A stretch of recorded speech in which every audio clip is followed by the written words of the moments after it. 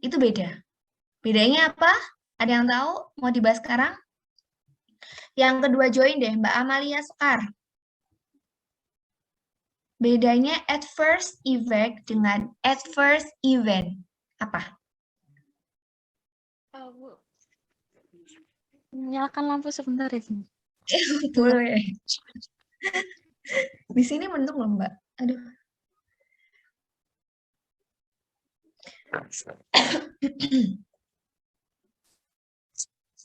Halo? Halo, ya. Gimana? Ada yang bisa saya bantu? Oke, Bu. Tadi adverse effect sama adverse event ya, Bu. Apa bedanya?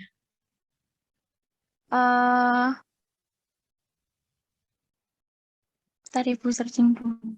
Oke, searching dulu boleh, nggak apa-apa. Apa yo, jangan lama-lama ya searchingnya. 5 detik.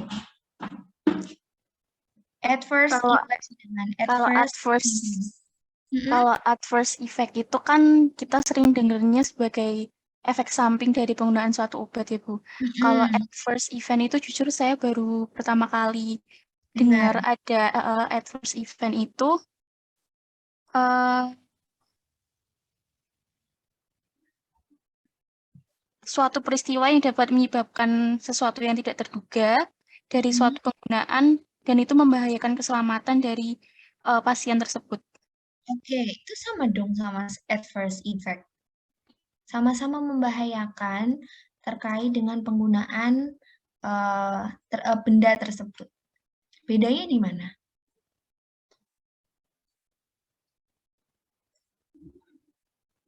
Tadi udah benar tadi. Adverse effect adalah efek samping obat. Ya, tapi kalau adverse event itu adalah suatu hal yang tidak dikehendaki datang bukan dari karena obat aja, tetapi selain obat. Misalnya makanan. Interaksi obat antara makanan dan obat bisa menyebabkan penurunan daya dari obat itu misalkan. Contohlah kaptopril diminum sehabis makan persis. Nanti efek kaptoprilnya pasti turun. Pasti pasien tensinya biasanya tidak turun-turun. Nah, itu pasien mengalami adverse event karena berkaitan dengan makanan. Tetapi ketika pure terjadi efek samping obat dikarenakan pasien menggunakan obat, contohlah apa ya, efek samping obat karena menggunakan antibiotik kemudian menjadi SCS, nah itu adverse effect. Ada bedanya kan? Jadi adverse effect adalah pure karena obat efek sampingnya, tapi kalau adverse event adalah suatu kejadian yang terjadi itu bisa karena bukan dari obat, bisa karena ada ada interaksi lain yaitu non-obat, baik makanan, minuman, atau cara penggunaan, dan lain sebagainya gitu ya. Jadi kalau adverse effect itu karena obat, adverse event itu di luar obat atau non-obat. Nanti kita bahas selanjutnya. Oke, terima kasih Mbak Amalia Sekar. Betul ya. Efek samping obat itu kira-kira efek yang ditimbulkan dan efek yang tidak ingin ditimbulkan dari suatu obat dalam dosis yang bagaimana sih Mbak? Mbak Meila Tunjung. Mbak Meila Tunjung nih yang ketiga tadi. Oke. Suara aku masuk nggak, Bu Tiara? Masuk, masuk, masuk. Oke.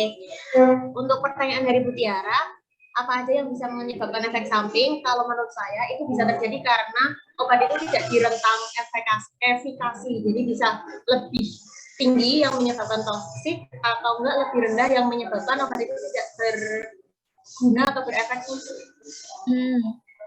Jadi kalau menurut Mbak Meila, efek samping itu bisa timbul ketika dosis obat itu dalam dosis lazim atau di luar dosis lazim. Di atas dosis minimum toksik sama di bawah dosis minimum efikasi.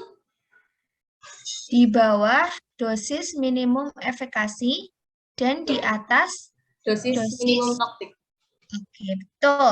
Jadi efek samping obat itu bisa terjadi di antara apa namanya farmakokinetik tadi ya yang sudah disebutkan Mbak Meila Tunjung. Nah gitu aku suka gitu. Oke kita lanjutkan ya. Next, gimana sih caranya mendeteksi? Tadi ada kata-kata mendeteksi. Farmakovigilance suatu ilmu farmakokinetik serta aktivitas yang berkaitan dengan deteksi, asesmen, memahami dan mencegah adverse effect dan drug related problem lainnya. Nah, terus bagaimana sih caranya mendeteksi? Ini yang keempat, saya lihat Mbak Ashifa Nurma. Besok kalau kelas saya jangan terus masuknya jangan mepet-mepet ya, gara-gara saya panggil nih. Mbak Ashifa Nurman, gimana Mbak Ashifa? Iya Bu, mendeteksinya Caranya gimana? kalau yang adverse effect itu kan tadi timbul karena minum obat gitu, berarti jadi coba dilihat efek-efeknya tuh timbul karena kita murni minum obat itu aja gitu. Terus tahunya ada efek itu ke pasien, Mbak. Gimana? Mana, Bu? Misalnya Mbak Asifa Nurma adalah suatu apoteker klinis terbaik di rumah sakit misalnya. Nah ada pasien yang minum obat terus kok kayaknya ada ADR. Nah caranya mendeteksi itu gimana?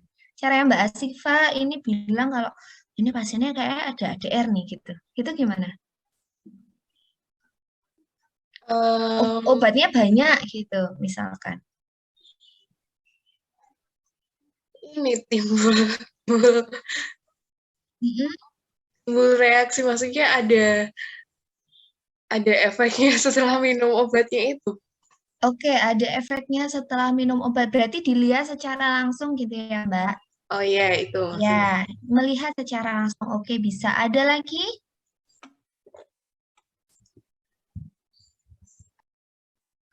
Ada lagi, ini saya catat-catat yang awal-awal masuk tadi. Maaf ya, biasanya yang akhir-akhir masuk biasa saya catat. Gimana, ada lagi? Udah baru itu, Bu. Oke, baru itu nggak apa-apa. Terima kasih Mbak Syifa. Jadi mendeteksi ADR suatu obat itu bisa melihat dari monitoring hasil lab pasien ya. Tapi jangan sampai bias dengan kondisi pasien. Misalnya pasien mengalami infeksi. Infeksius pasti apanya yang tinggi? Mbak Kalimatus Sa'diah, kalau infeksius apanya yang tinggi? Hasil apa yang tinggi?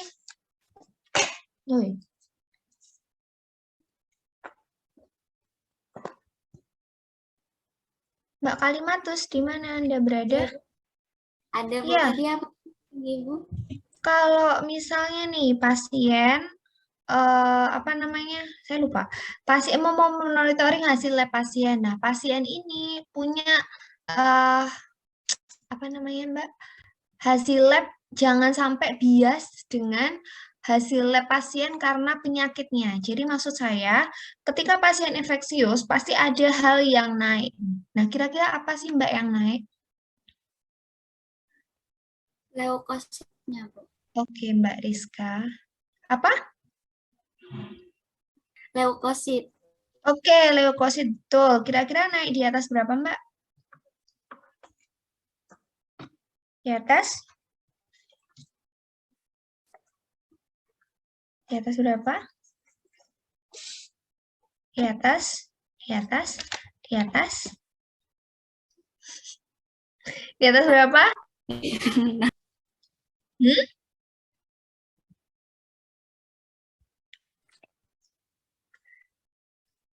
Di atas berapa, Mbak?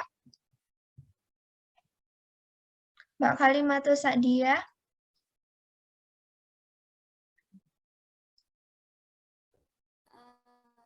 50, mungkin 50.000, Bu.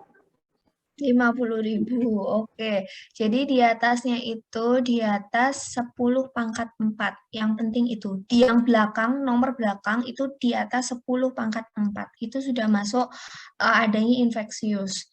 Ya, yang penting tuh yang 10 pangkatnya berapa gitu. Itu kalau misalnya dia udah lebih dari itu, yo wassalamualaikum, mesti udah infeksi, apalagi 50.000 tadi, udah infeksi banget itu.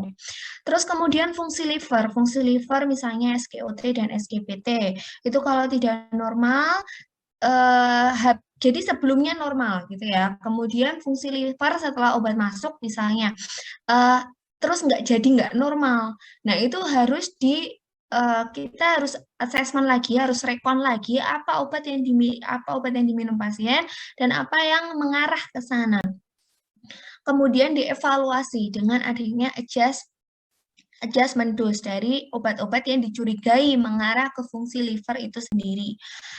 Kalau fungsi liver tetap tinggi, nah itu yang harus turunkan setengah atau di stop sementara untuk melihat perbaikan dari fungsi livernya gitu ya.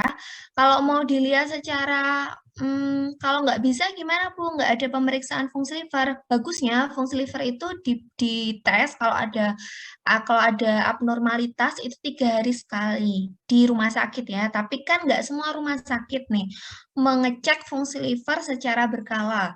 Dan liver tuh sebenarnya pintar, liver, ginjal itu tuh sangat pintar. Ketika dia ada kesakitan, dia akan merecovery dengan cepat gitu. Kalau belum setengah dari liver rusak itu pasti akan recovery-nya cepat banget. Makanya biasanya tidak terdeteksi secara dini. Sehingga kalau misalnya nggak ada tes fungsi liver, terus gimana Bu? Nggak ada SGOT, SGPT, dan lain sebagainya. Itu bagaimana Ibu selanjutnya? Bisa dilihat dari gejala. Biasanya ada jaundice, kemudian biasanya ada mual muntah gitu ya. Pasiennya itu harus segera tes fungsi liver.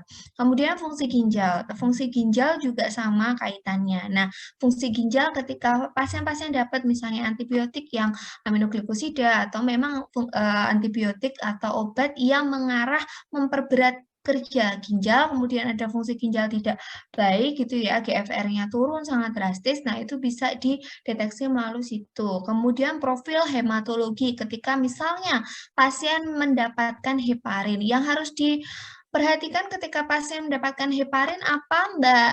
1, 2, 3, 4. Mbak Siva tadi sudah ya, Mbak Hormati sudah.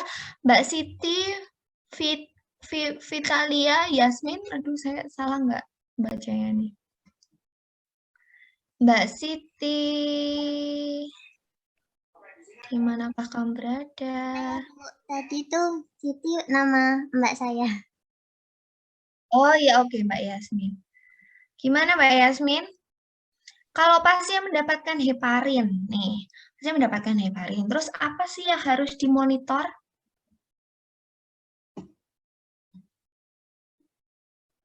Bagaimana Bu jika pasien mendapatkan heparin? Profil hematologi apa yang harus dimonitor? Livernya Bu. Profil hematologi livernya. Oh, hematologi loh, profil hematologi kan profil darah. Nah, profil darah apa sih yang harus dimonitor?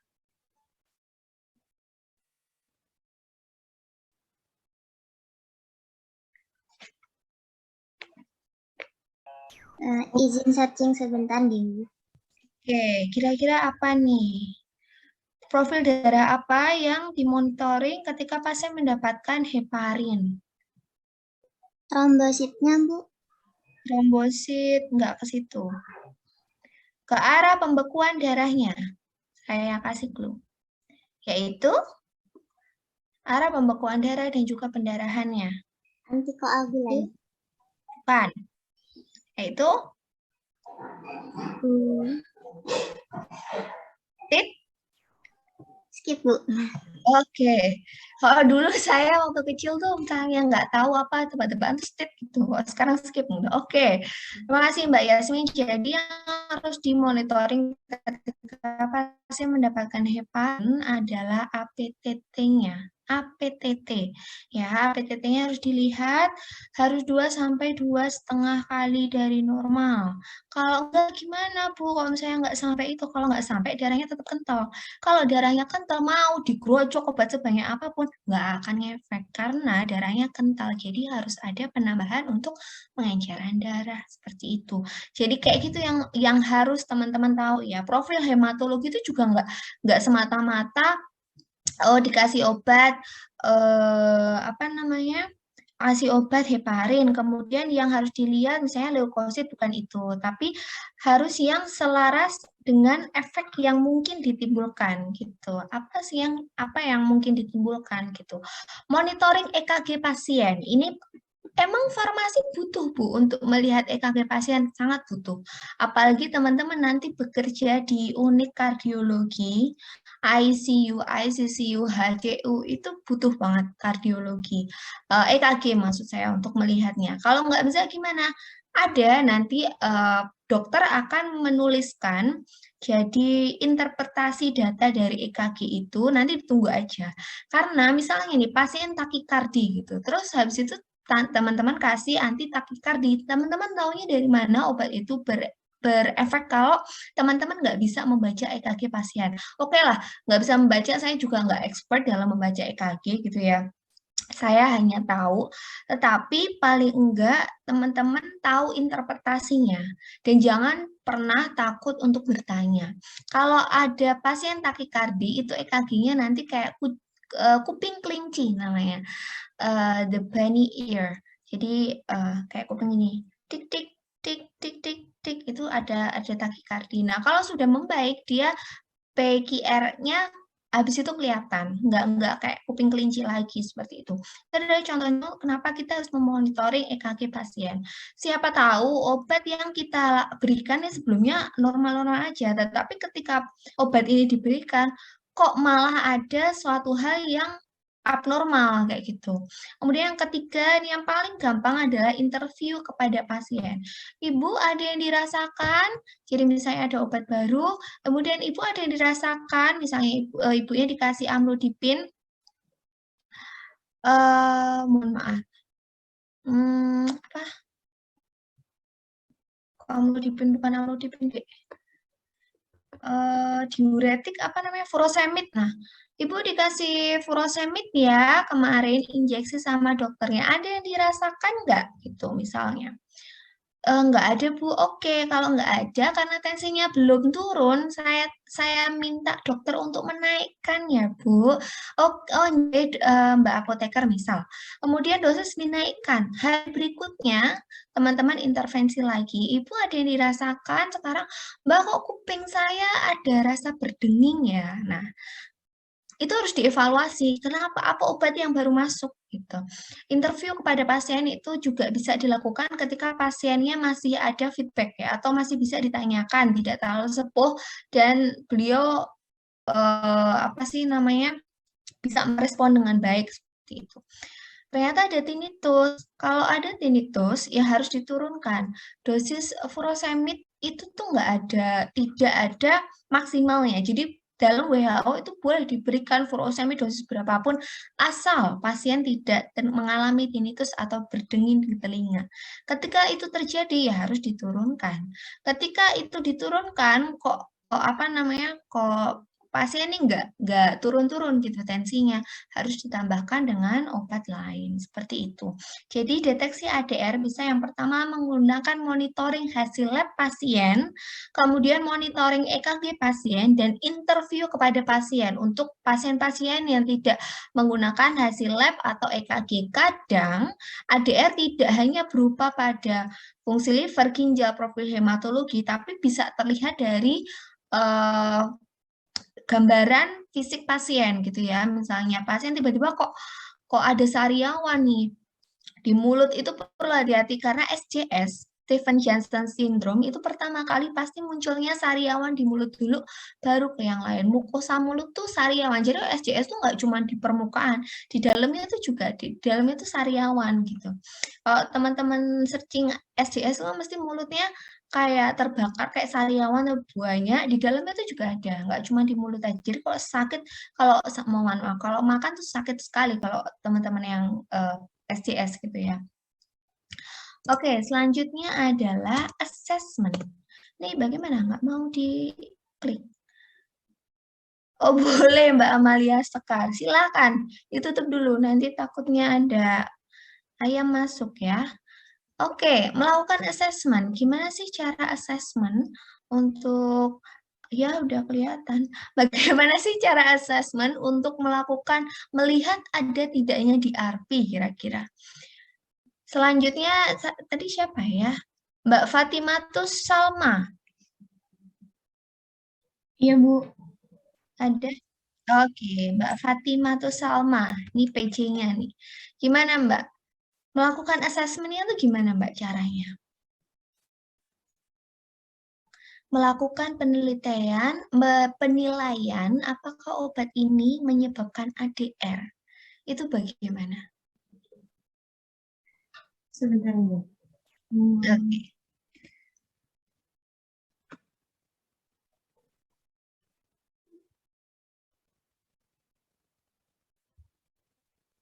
Sudah dapat Mbak Fatimah? Sudah. Salah satu aja, tadi kan sekelebetan, apa bahasa Indonesia sekelebetan ya. Sekelebetan teman-teman udah ngeliat kan, apa namanya, tadi ada beberapa poin, nah salah satu enggak apa-apa Mbak Fatimah. Benar ya, Bu. Gimana? Nge-like handphone saya sebentar, Bu. Bagaimana cara menilai bahwa obat itu yang menyebabkan adverse drug reaction atau efek samping obat? Bagaimana caranya mengassessment? Teman-teman besok harus bisa dari mendeteksi, kemudian kita harus suudon sama suatu obat yang kira-kira menyebabkan efek samping obat. Itu harus bisa. Harus, tapi jujur saya dulu juga belum tajam waktu pertama kali di rumah sakit. Kemudian jadi kayak seperti ini tuh kayak learning by doing deh, nggak bisa kayak apa namanya sakdek tuh apa bahasa Indonesia ya, langsung seketika gitu, langsung bisa expert enggak, pasti butuh waktu dan jam terbang yang tinggi. Jadi nggak apa-apa, sekarang kita pelan-pelan aja. Di pertemuan pertama kita slow dulu ya. Oke, gimana Mbak Fatima udah dapat? Iya, pertama itu ditanyain Bu tentang farmakoterapi rasionalnya. Iya, pakai metode SOAP yang subjektif, objektif, assessment sama plan. Oke, pakai di assessment menggunakan metode SWOT gitu ya. Oke, selanjutnya. Terus habis itu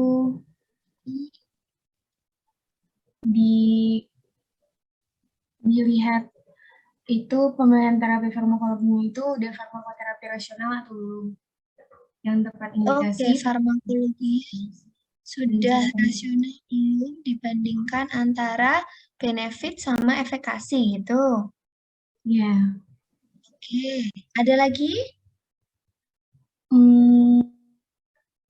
Belum sih, Bu. Mungkin itu dulu, Bu. Ada lagi? Koneksiku unstabil. Ada lagi? Udah, Bu. Udah, oke, nggak apa-apa, nggak usah nangis, Mbak. Oke, terima kasih Mbak Fatimah ya. Jadi, bagaimana cara assessment DRP, ADR pada suatu obat? Itu yang pertama, ini tetapkan klasifikasi. Kalau Mbak tadi bilang pakai menggunakan SOAP. SOAP itu digunakan ketika kita hanya melihat ADR di lingkup yang kecil gitu ya. Tapi caranya bagaimana? Nah, caranya yang pertama adalah tetapkan klasifikasi atau severitas atau keparahan dari efek yang ditimbulkan gitu. Kemudian yang kedua adalah time analysis. Analisis waktu timbul analisis waktu timbul kapan terjadinya efek ini. Yang ketiga, melihat farmakokinetika dari suatu obat yang dicurigai tersebut. Keempat, melihat farmakodinamik dari obat yang dicurigai. Kemudian melakukan literatur searching. Kemudian ukur korelasinya atau kausalitasnya atau suspek drug-nya. Jadi nanti ini semua di-combine, baru kita bisa melihat assessment ADR dengan cara SOAP gitu ya. Tapi caranya persatu-satunya adalah ketika kita ngomong pharmacovigilance itu adalah seperti ini untuk menetapkan ADR saja. Kalau SOAP itu keseluruhan, tapi kalau ADR ini sudah merujuk ke satu obat gitu ya. Oke. Sejarah terbentuknya pharmacovigilance, ada yang tahu nggak sih sejarah terbentuknya? Kenapa sih jadi ada yang namanya pharmacovigilance? Kenapa nggak cuman monitoring efek samping obat aja? Kenapa harus ada yang namanya pharmacovigilance? Mungkin Mbak Vina Hasidah yang tadi masuk ke nggak tahu ke berapa? Kita masih Oke, Mbak Vina, nggak usah nangis. Gimana nih? Kira-kira apa sejarah terbentuknya pharmacovigilance?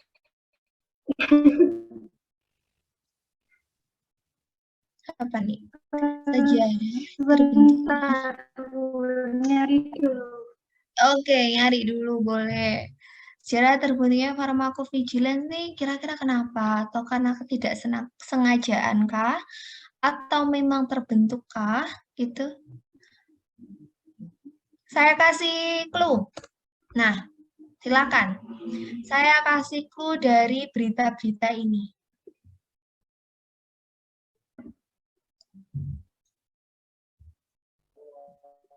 Sudah dapat Mbak Vina? Salah satu aja, salah satu. Misalnya Mbak Vina Ritalin.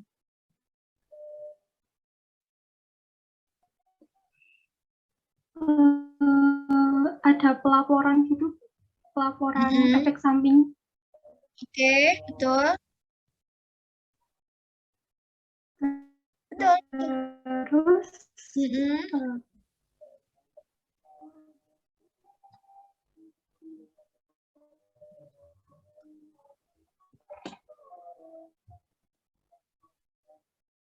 betul tadi. Jadi ada pelaporan dari penggunaan obat yang memberikan efek tidak menyenangkan yang belum pernah. Oke, efek yang tidak menyenangkan sampai efek yang berbahaya. Kemudian dikumpulkan dan kemudian ditindaklanjuti. Seperti itu ya. Itu adalah sejarah garis bawahnya banget. Oke, terima kasih Mbak Vina. Dan ini adalah 5 headline yang dulu ngehits di zamannya untuk dijadikan pondasi berdirinya pharmacovigilance, tapi bukan ini pemrakasannya. Jadi ini tuh udah muncul dulu, kemudian yang terjadi terakhir itu yang sangat well known gitu ya sampai sekarang. Nah, ini adalah yang dulu-dulu tuh juga terjadi, cuman ini belum menjadi tolak ukur terjadinya pharmacovigilance. Ada Ritalin. Ritalin itu isinya aku lupa, metilpenidatin, aku lupa metilpenidatin gitu ya.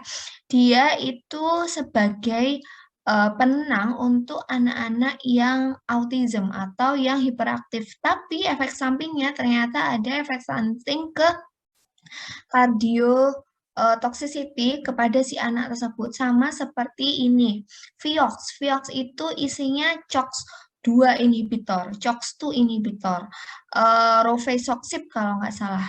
Rofecoxib, nah dia dilaporkan terjadi efek peningkatan cardiotoxicity pada pasien yang merek Vioxx ini. Kemudian Viagra. Viagra adalah obat hipertensi, tapi ini efek sampingnya diinginkan gitu ya. Sekarang pun masih ada yang meminum Viagra nih, pasti tahu nih padahal. Efek sampingnya itu untuk mengatasi dysfunction ereksi ya. Jadi kalau Viagra yang mengalami dysfunction erection bisa meminum Viagra dengan dosis tertentu ya. Semoga nggak ada yang di sini. Oke, kemudian ada Prozac. Prozac itu obat isinya, aku lupa. Prozac itu isinya apa ya?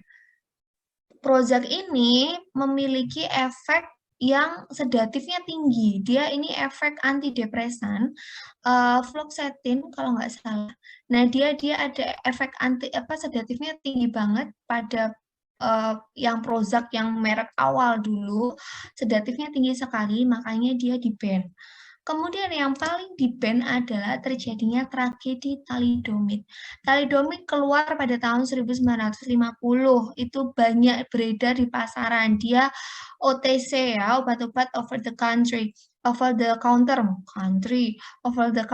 gitu ya. Jadi bisa dibeli tanpa resep dokter obat ini. Digunakan untuk apa sih, Bu? Bisa mengurangi mual muntah pada ibu hamil. Itu ya. Kemudian bisa mengalami kesulitan pada saat ibu hamil kan biasanya sulit untuk tidur karena posisinya sudah tidak enak gitu ya. Itu bisa minum thalidomid kemudian bisa merasakan rileks, tenang, kemudian bisa tertidur seperti itu. Tetapi seiring berjalannya waktu, kenapa nih? Oke. Seiring berjalannya waktu pada tahun 1960 sampai 61 kok banyak baru yang melaporkan kejadian ibu hamil yang meminum thalidomid itu anak-anaknya biasanya cacat kongenital pada bayinya. Ya, nggak ada ekstremitas atas, tidak ada ekstremitas bawah, tidak ada kaki dan juga tidak ada tangan. Jadi tangan dan kakinya itu terbentuk seperti sirip lumba-lumba. Boleh Mbak Hasna Syahida, silahkan. Kemudian tahun 1962, jadi ada amandemen Kefauver-Harris sebagai jawaban tragedi thalidomid itu dengan membuktikan khasiat dan juga keamanan obat itu sebelum diedarkan. Tetapi penemuan ini itu mengejutkan karena sebelum pada fase praklinik dan fase klinik gitu ya, itu tidak terjadi apa-apa, itu baik-baik saja gitu. Untuk pasien-pasiennya baik-baik saja dan memang yang meminum ini itu tidak ibu hamil gitu ya, jadi tidak terlihat. Tapi pada fase itu tuh baik-baik saja, jadi boleh rilis obat ini seperti itu. Kemudian tahun 1964 pengumpulan data untuk memberikan peringatan kemungkinan resiko obat. Jadi pada tahun 64 itu resiko obat sudah mulai di-up-kan gitu. Dan pada tahun 1000, jadi mohon maaf ini pada tahun 1962 thalidomid langsung di stop, diberhentikan dan diangkat gitu ya, ditarik dari peredaran. Kemudian tahun 1968 ada Project for International Drug Monitoring untuk mengetahui efek samping obat lebih lanjut pada fase post-marketing. Makanya pada tahun untuk terbentuknya pharmacovigilance. Cuman benar-benar berdirinya pharmacovigilance itu lumayan lama dari terjadinya tragedi thalidomid sampai mulai benar-benar terbentuknya suatu lembaga yang menangani tentang efek samping obat. Pada tahun 1922, ya ini baru ISOP atau The International Society of Pharmacovigilance itu menandai pengenalan pharmacovigilance secara resmi di dunia. Seperti itu. Oke, selanjutnya. Oh ya, thalidomid ini bisa dipakai untuk pengobatan apa sih setelah tahun 1998? Ada yang tahu nggak? Pengobatan kusta. Saya jawab ya, karena waktu kita tinggal sedikit. Mengapa perlu pharmacovigilance kira-kira? Kira-kira kenapa saya mau mencari tumbal lagi?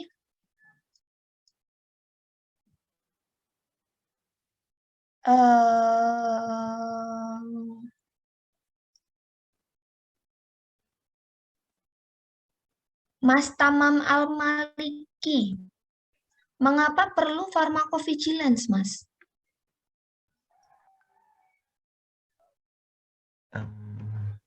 Betul. Ya.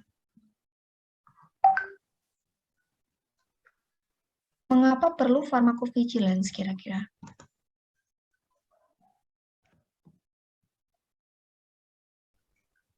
Ini Bu, kalau yang saya temukan, secara umum pharmacovigilance itu bertujuan buat mencegah gangguan baik fisik maupun mental yang mungkin ditimbulkan pada manusia akibat penggunaan produk pengobatan secara resmi telah disetujui peredarannya dan digunakan sesuai kondisi yang diizinkan. Oke. Gitu. Terus perlunya apa? Untuk tidak Untuk terjadi. meningkatkan penggunaan produk pengobatan yang aman dan efektif. Oke, baik. Terima kasih Mas Tamam.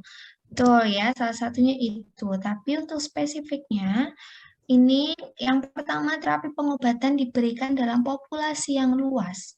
Tidak hanya populasi yang sempit saja, tapi pengobatan diberikan dalam populasi luas. Ingat, pharmacovigilance dilakukan di post-marketing surveillance, bukan di pre-klinik ataupun klinik trials gitu ya. Kemudian yang kedua, banyak obat yang belum ada izin resmi dari regulator tetapi emergency use. Harus dipantau safety dan efikasinya seperti yang tadi Mas Tamam telah utarakan gitu. Contohnya apa Bu? Masa obat yang belum ada izin resmi dari regulator tapi bisa digunakan emergency use?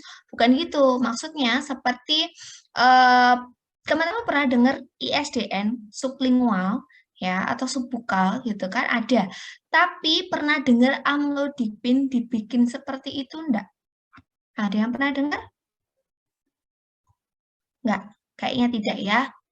Oke, jadi kalau di rumah sakit, saya nggak sebutin rumah sakit mana, itu ketika di ICU ada pasien heart attack, itu yang kalau nggak ada ISDN, diberikan amlodipin dengan cara digerus terlebih dahulu, kemudian diberikan di bawah lidah. Ada regulatornya, ada evidence base-nya. Evidence base-nya itu nggak bisa, itu tidak bisa karena itu bukan sublingual gitu ya. Tapi pasien yang mendapatkan itu kemudian stabil. Safety-nya pasien juga tidak kenapa-napa. Efikasinya tapi nggak ada. Dulu pernah salah satu perseptor saya, ketika saya praktek itu apa sih namanya, berdialog dengan dokter gitu ya, berdiskusi dengan dokter. Dokter, tapi ini belum ada evidence base-nya secara resmi. Kemudian dokter mengatakan karena ISDN-nya itu lagi tidak ada, terus harus gimana? Kalau ada apa-apa, apakah kamu akan tanggung jawab? Nah, kadang itu yang menjadi dilema farmasi. Kalau nggak ada kita yang in charge gitu. Kalau pasien ini nggak diapa-apain nih, kita yang in charge gitu. Karena kita tidak membolehkan diberikannya amlodipin sublingual. Tapi kalau kenapa diberikan? Karena memang ya tidak, kalau sublingual amlodipin efeknya juga tidak mikirnya kita juga nggak bisa sampai ke sana, nggak bisa sampai memberikan efek toksik yang berbahaya banget gitu. Jadi ya udah diberikan saja seperti itu. Tapi ini nggak boleh dicontoh ya. Maksudnya ini adalah salah satu contoh kenapa sih kita perlu pharmacovigilance atau kita memerlukan suatu apa namanya payung untuk obat itu didistribusikan dan diberikan dengan cara yang sebenarnya, gitu, dengan cara yang baik dan cara yang wajar. Kemudian yang ketiga, banyak obat diindikasikan untuk off-label, repurpose, dan kita nggak tahu nih efektivitasnya seperti apa. ADR-nya ada tidak, atau timbul atau enggak gitu ya. Contohnya obat untuk off-label apa? Contohnya, misalnya obat off-label yang belum saya panggil tadi siapa ya? Mbak Syifa Munifa.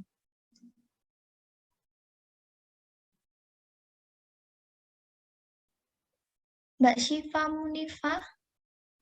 Iya, Bu. Iya. Off-label contohnya satu obat apa, Mbak? Udah dapat kan ya off-label? Aspirin, Bu. Apa? Aspirin. Aspirin untuk apa?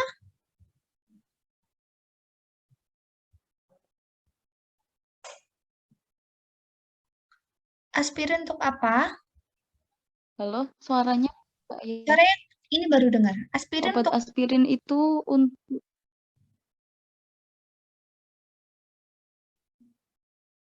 untuk aspirin itu biasanya untuk obat antipiretik, Bu. emang antipiretik. Terus off-labelnya apa? Sudah dapat off-label? Sudah dapat teman-teman off-label? Sudah dapat belum? Off-label Belum, itu apa, Bu. Mbak? Off-label itu apa, Mbak? Mbak Syifa. Off-label itu obat yang tidak digunakan, maksudnya obatnya bisa digunakan untuk mengobati yang lainnya gitu, Bu. Oke, obat yang digunakan tetapi tidak sesuai indikasi, tetapi masih bisa Iya, digunakan, gitu nggih. Iya, betul. contohnya aspirin, tapi aspirin kan emang antipiretik, anti nyeri. Off-labelnya di Oh, kalau ganti domperidon gimana, Bu? Nah, itu malah tebak-tebakan. Ya apa? Apa? Aspirin tuh bener tadi. Sebagai, Antiplatelet, Bu. nah itu antiplatelet. Jadi off-label karena dia bisa menyebabkan kalau ini pendarahan bleeding, makanya diberikan aspirin dosis kecil untuk sebagai antiplatelet gitu dengan pengkontrol ya, misalnya pasien makasih Mbak Syifa, jadi itu salah satu contohnya off-label. Contoh lainnya misalnya pasien PCOS diberikan metformin gitu agar tidak terjadi resistensi insulin, seperti itu contohnya. Kemudian farmasi klinik perlu waspada ADR potensial, kira-kira obat-obat yang memang di literatur memiliki ADR yang potensial itu harus diwaspadai penggunaannya. Selanjutnya, tujuan pharmacovigilance ini yang pertama meningkatkan perawatan dan keselamatan pada pasien gitu ya untuk safety-nya. Kemudian yang kedua meningkatkan kesehatan dan keamanan masyarakat khususnya dalam penggunaan obat. Dan yang ketiga menemukan masalah terkait dengan penggunaan obat dan menyampaikan temuan tersebut pada saat yang tepat. Jadi jangan sampai kita gegabah kemudian bilang kepada pasien karena pasien tuh kadang tidak memiliki satu frekuensi yang sama dengan kita. Maksud kita, oh ibu kayaknya ada ini gara-gara minum obat ini. Nah nanti pasti pasien ini yang berpikir bahwa oh dokter yang memberikan obat saya tuh ngawur gitu. Padahal nggak gitu. Padahal memang ada ADR dalam obat itu gitu. Jadi kita harus memberitahukan pada saat yang tepat. Jadi kalau program internasional itu program WHO dikoordinasi pada Uppsala Monitoring Center, yakni dari Swedia untuk mengawasi penggunaan obat dengan tujuan memberikan profil obat berdasarkan risk benefit dari suatu obat ini. Seluruh negara itu punya namanya sistem pharmacovigilance-nya, tapi tergantung negaranya masing-masing. Sistem pengawasan obat yang jelas itu yang pertama ada sistem pemantauan pemberian resep, Perception Event Monitoring System di New Zealand dan Inggris. Ini gimana? Kurung buka, kurung tutup saya, mohon maaf. Sistem Record Linkage di USA dan Case Control Study di USA. Ya, kemudian ruang lingkupnya, mohon maaf nih saya agak cepet-cepetan karena jamnya ternyata lebih. Ruang lingkupnya itu ada produk biologi, darah, vaksin, rekombinan biosimilar, obat herbal, obat tradisional, dan alat kesehatan. Kalau kosmetik nggak masuk ke sini, ya. Hanya ini saja menjadi ruang lingkup dari pharmacovigilance. Permasalahan yang berkaitan dengan pharmacovigilance itu obat substandar dan juga obat palsu, kesalahan pengobatan, medication error, laporan tentang kurangnya khasiat obat atau lack of efficacy, penggunaan obat dengan indikasi yang tidak disetujui, penilaian angka kematian akibat penggunaan obat tertentu, adanya penyalahgunaan obat, interaksi dengan obat lain, dan juga makanan. Mitra Pharmacovigilance itu ada otoritas kesehatan, industri farmasi atau pemegang izin edar obat, profesional kesehatan, asosiasi farmasi, rumah sakit, universitas, dan juga pasien. Kenapa otoritas kesehatan? Jelas BPOM, Balai Besar POM itu sangat mempunyai power untuk melakukan pharmacovigilance. Pusatnya memang di sana. Kemudian industri farmasi, industri yang membuat obat, ya, atau pemegang izin edar obat, BPOM itu tadi ya, industri farmasi membuat obat. Jadi dia harus gimana caranya? Farmasi kita, misalnya kita sebagai R&D, kita harus mencari cara bagaimana obat ini tidak berinteraksi dengan bahan pembawa yang lainnya, atau memang obat ini aman digunakan untuk dengan dikombinasikan dengan obat pembawa lainnya, seperti itu. Profesional kesehatan ini siapa saja sih yang bisa melaporkan kejadian efek samping obat? Yang bisa melaporkan efek samping obat ini bisa dokter, apoteker, bidan, perawat, itu boleh semua, dokter gigi, pokoknya yang disebut profesional kesehatan. Kemudian asosiasi farmasi, jelas, rumah sakit, kemudian universitas dari bidang pendidikan dan juga penelitian, dan juga pasien sendiri juga dapat melaporkan jika beliau merasa terjadi efek samping obat yang tidak diinginkan setelah pasien mengkonsumsi suatu obat. Itu ya, hubungan antara pemangku kepentingan dalam sistem pharmacovigilance di Indonesia.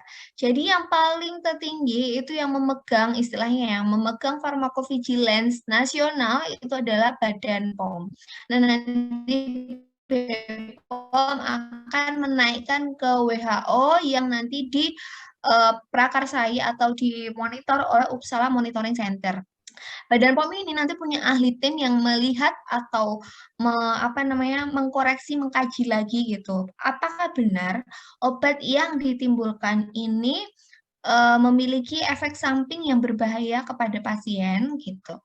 Nanti bisa masuk jadi industri farmasi tetap nanti ke Badan POM, nanti industri farmasi ke tenaga profesional ketika obat itu sudah diedarkan, tenaga profesional nanti tangannya ke industri farmasi dan juga pasien gitu, sentra PV Balai POM nanti tetap ke Balai POM. Jadi ini Balai POM kecil nanti naik ke Balai POM yang nasional.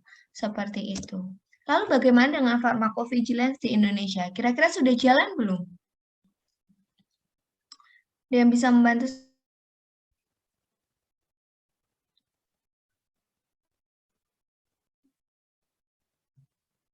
Mbak Safna Bina Nustria. Kira-kira gimana? Pharmacovigilance di Indonesia sudah jalan belum, Mbak? Oh, benar, Bu. Kok bentar? Bisa apa enggak? Berjalan apa enggak gitu? Kira-kira. Kalau Mbak yang lihat dari fenomena di sekitar Mbak atau fenomena alam di Indonesia. Oh, sepertinya sudah, Bu. Sudah? Sudah. Contoh buktinya, kalau sudah.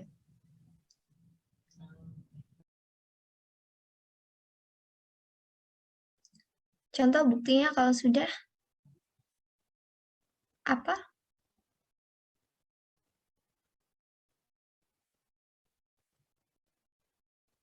Satu bukti yang paling kemarin sempat viral nih. Kalau pharmacovigilance sudah berjalan di Indonesia. Apa? Yuk. We're running out of time. Gimana, Mbak? Saya bantu boleh?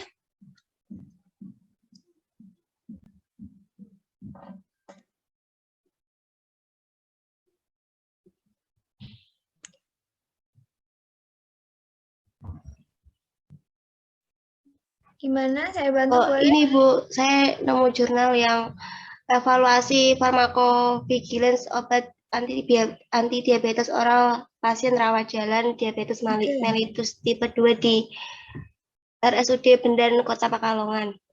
Oke. Itu adalah salah satu yang menurut Mbak Syifa, farmakovigilance sudah berjalan di Indonesia, gitu ya.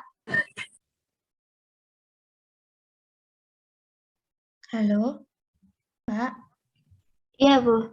Oke, tuh, ya salah satunya adalah rumah sakit sudah mulai aware dan juga sudah mulai mengumpulkan data-data yang kira-kira bisa menunjang adanya peningkatan efek samping obat. Itu datanya apa aja kalau obat ini gitu. Nanti bisa jadi satukan kemudian bisa dinaikkan ke BPOM untuk dijadikan arsip. Nah, itu adalah salah satu melihat farmakovigilance berjalan di Indonesia. Contoh lainnya adalah pernah dengar kasus Abotil nggak? Kenapa ditarik? Itu adalah salah satu contoh farmakovigilance sudah berjalan di Indonesia.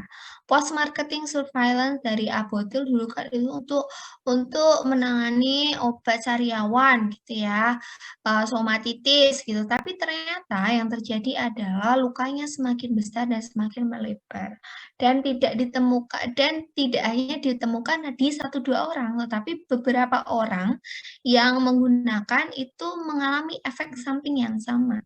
Sehingga itu dikumpulkan, dinaikkan, dan kemudian terjadilah penarikan obat dari Albotil yang kemarin untuk indikasi somatitis gitu. Itu adalah salah satu contohnya farmakovigilance di Indonesia sudah mulai berjalan, tetapi belum totally berjalan. Ya, kenapa saya bilang belum? Kalau teman-teman lihat, aduh, maaf.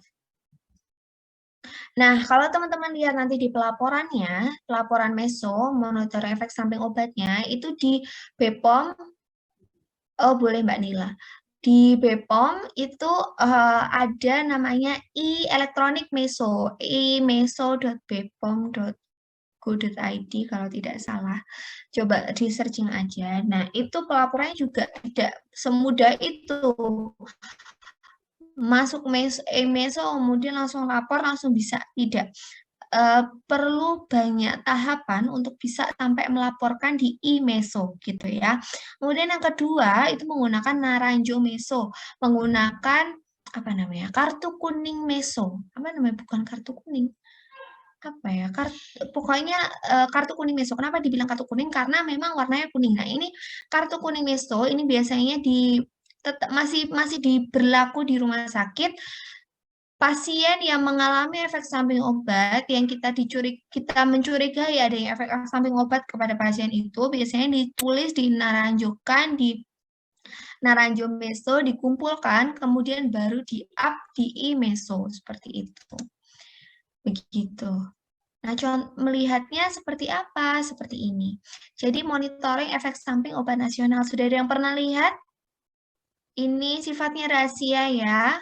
Nanti diberikan ke Pusat Farmakovigilan Meso Nasional, itu di Direktorat Pengawasan Keamanan Mutu Ekspor Impor Obat Narkotika Psikotropik Prekursor dan Zat Adiktif Badan Pengawasan Obat dan Makanan di Jakarta. Nah, ini emeso.pom.go.id. Nanti pengirimnya dituliskan namanya siapa, keahliannya apa, dokter, apoteker, bidan, atau perawat, bahkan pasien pun boleh menuliskannya, alamatnya, kemudian nomor telepon. Penjelasan monitoring efek samping obat ini bekerjasama dengan WHO Apsala Monitoring Center yang tadi saya jelaskan gitu ya. Kemudian nanti isinya ditulis dan dicermati dengan baik naranjonya. Naranjonya ada 10 naranjo dari meso itu sendiri. Jadi nanti dilihat iya atau tidak diketahui gitu. Nanti kalau skornya kurang dari 5 itu biasanya sih nggak direspon. Jadi naranjo yang direspon itu biasanya 5 ke atas. Tapi kalau kurang dari 5 walaupun di sini possible, itu biasanya tidak direspon. Yang direspon itu biasanya 5 ke atas. Kalau skornya melebihi 5 ke atas, nah itu biasanya baru direspon.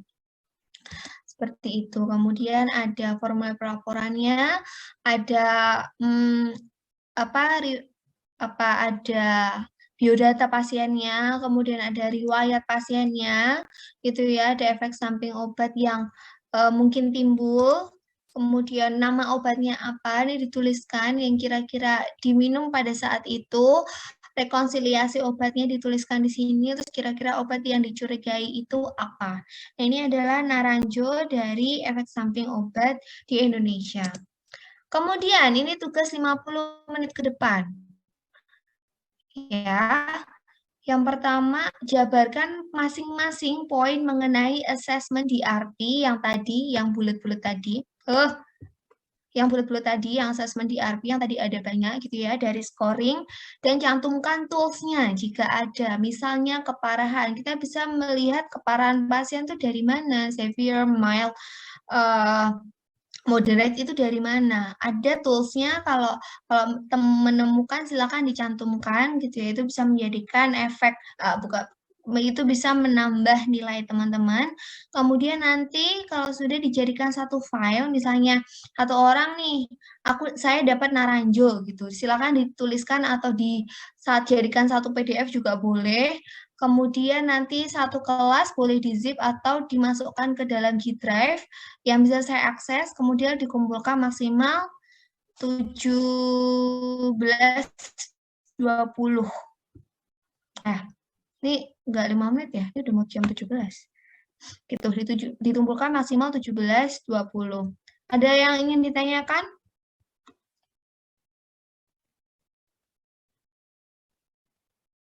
Dari tugasnya?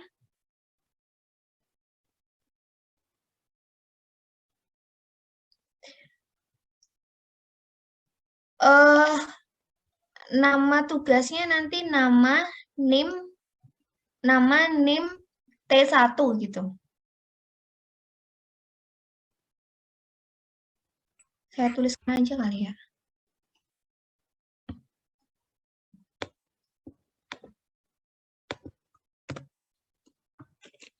Nama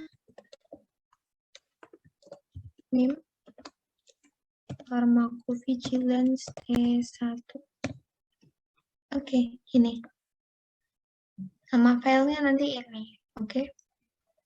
Sudah, kalau sudah silahkan bekerja. Ini saya tutup. Ada yang ingin ditanyakan mengenai pharmacovigilance?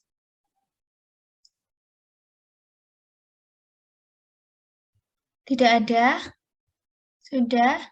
Sudah paham semua? Tugasnya sudah paham? Ya sudah, kalau sudah paham, kita akhiri perkuliahan pada sore hari ini. Nanti silakan tugasnya dikumpulkan. Kurang lebihnya saya mohon maaf. Wabillahi taufiq wal hidayah. Wassalamualaikum warahmatullahi wabarakatuh. Bu, boleh minta PPT? Iya, sabar. Nanti saya kirimkan ke Mbak Fatimah. Ya, Mbak Maila, sabar. Oke. Terima kasih. Wassalamualaikum warahmatullahi wabarakatuh. Mohon maaf.